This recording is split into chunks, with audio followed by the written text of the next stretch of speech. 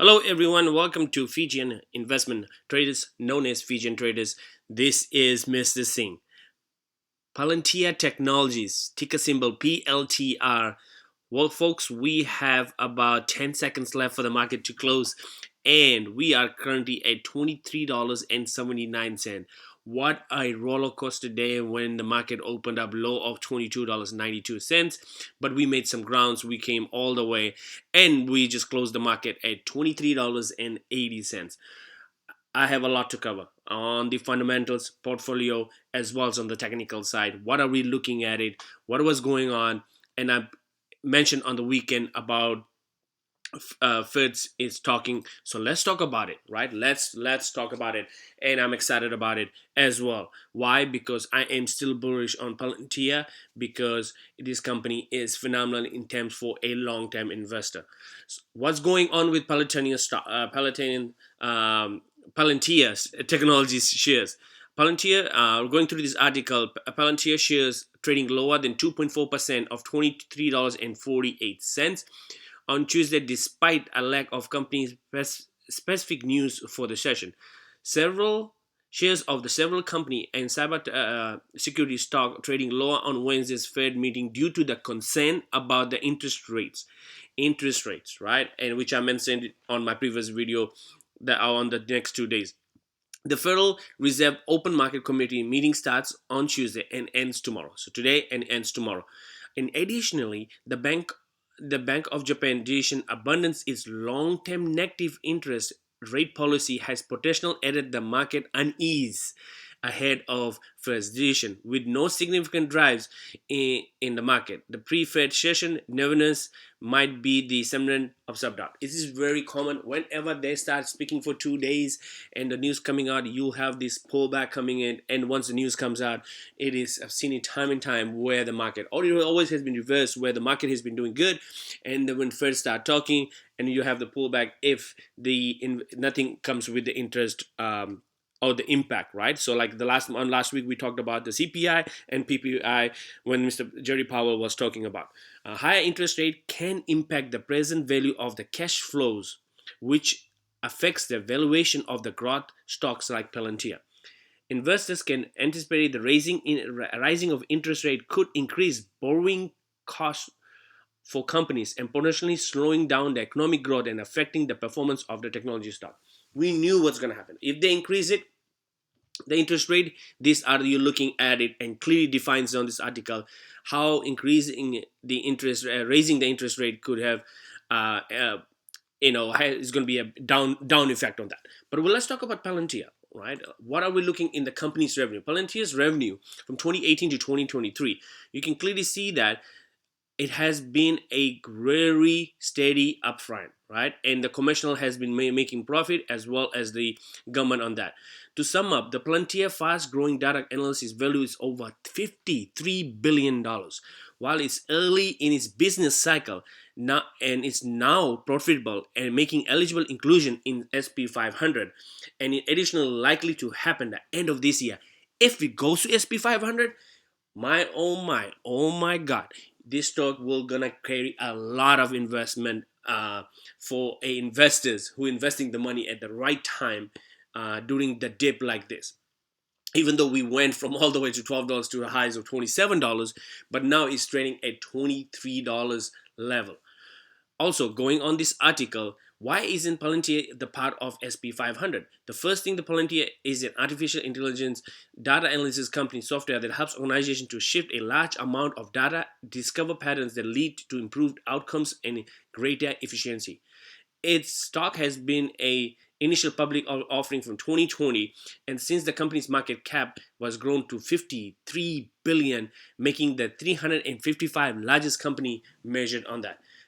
So as we know that even the articles coming in saying that Palantir is going to be the part end of year, they're looking to be the part of SP500, and where this SP500 comes in, it's always good and bad, because if it goes, when it starts moving in the right direction and carries the weight, it carries a lot of investors believe this is not a penny stock, this is not a small stock, because this company, when it comes to SP500, it is regarded as one of the big dogs of the stock. Granted, you're getting the price right now. I am not comparing to Nvidia, which I'm already invested on that as well. Could be a potential run, not spreading rumors, but love to see that. If it doesn't, but you can clearly say this stock is a triple digit stock, and that's why I am very confident, because the revenue that defines the company. If the company is not making revenue, it's hard for to sustain it, and they are profitable, and they are very close to the inclusion of SP500. So Palantir, I'm still invested about 1,900 in that. Little up today on that on my thing. Definitely missed an opportunity to load up shares today because I was very uneasy of Tuesday and Wednesday of the speaking going on, which Fed's department is speaking, and I really don't add shares because you don't know how the outcome is gonna be. So after that, on Wednesday, definitely looking to add more shares, and which I'm gonna discuss on my next video, which will be coming out, and what's my plan is. My plan is to add up to 5,000 shares on that. As mentioned, I'm still invested on Maria. That is my also on one of the stocks that I invested on. That's the Bitcoin miners such as Nvidia as well. So if you're interested, go ahead and check it out of those videos as well.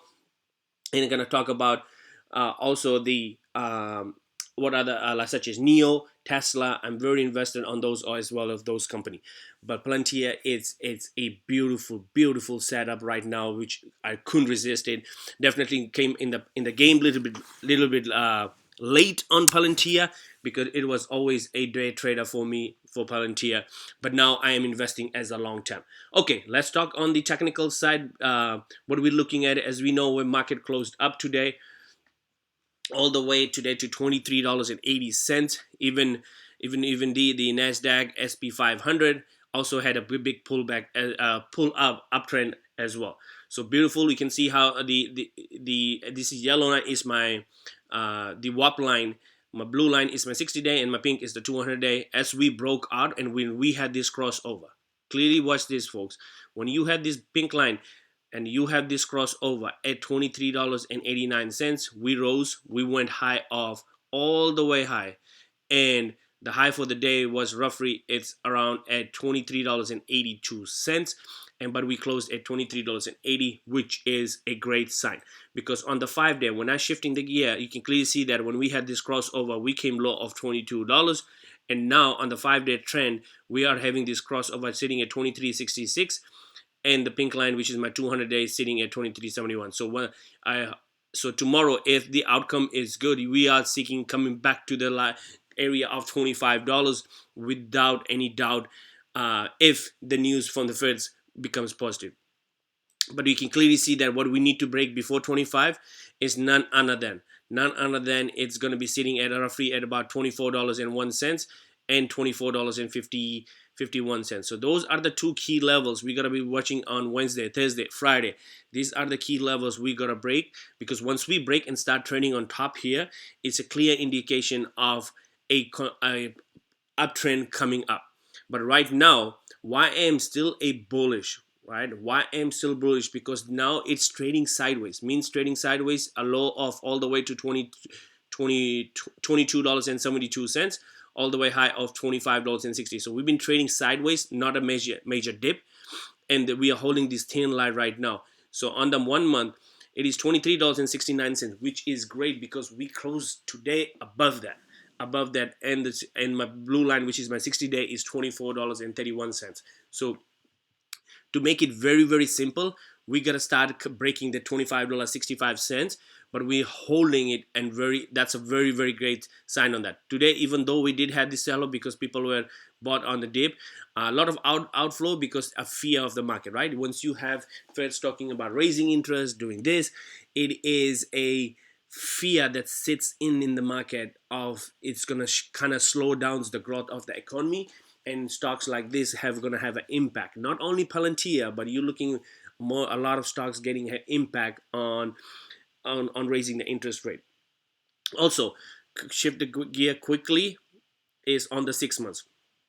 And why I mentioned in my previous video that I don't see it dropping, because it was sitting at $22.82, and that's why I kicked myself today not adding it, because when it was dropping, I was more focused on my day trade, and I didn't pay attention or set up an alert. That is a rookie mistake that I did. I didn't set up my alert on the notification at $22.70. Was my area to load up shares if it drops to that area, and I definitely missed that thing, and I'm kicking myself. But it is not over yet, because we gotta see how the market kind of how the market does on Wednesday. So like I said, I'm kind of was debating myself, should I edit or should I wait on Wednesday, and kind of made me not to add an alert ad.